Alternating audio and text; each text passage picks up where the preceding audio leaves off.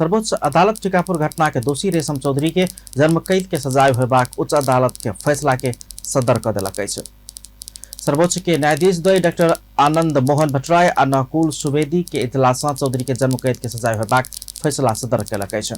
सर्वोच्च अदालत के प्रवक्ता विमल पौडेल उच्च अदालत के फैसला विरुद्ध चौधरी सर्वोच्च अदालत में पुनरावेदन देने में पुनरावेदन जिकिर नहीं पहुंचल कहित उच्च अदालत के फैसला सदर केने बतौलनि छै।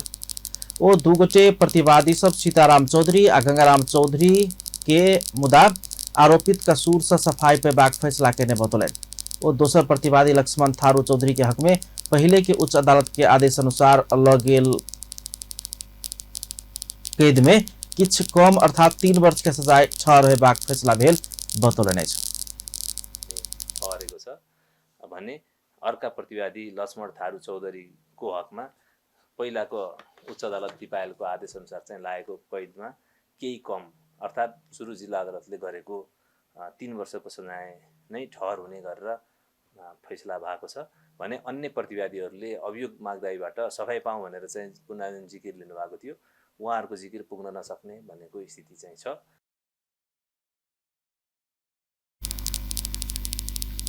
2072 भादो 7 गते कैलाली के टीकापुर में थरवट थारूवान आंदोलन के क्रम में नेपाल प्रहरी के एसएसपी लक्ष्मण नेउपाने सहित 7 गोटे सुरक्षाकर्मी आ एकटा नाबालक के मृत्यु भेल छल। ओ घटना के मुख्य योजनाकार रहल आरोप में चौधरी जन्म कैद के सजाय काटि रहल अछि। हुनका जिला अदालत कैलाली आ उच्च अदालत दिपायल जन्म कैद के सजाय सुनौने छल। चौधरी एहि मुद्दा में 20 वर्ष कैद सजाय पूरा करऽ पड़त। जेले से चौधरी उच्च अदालत दिपायल के फैसला के बदरक पाव देने पुनरावेदन के रीटू पर सर्वोच्च अदालत में बहस भेल छल।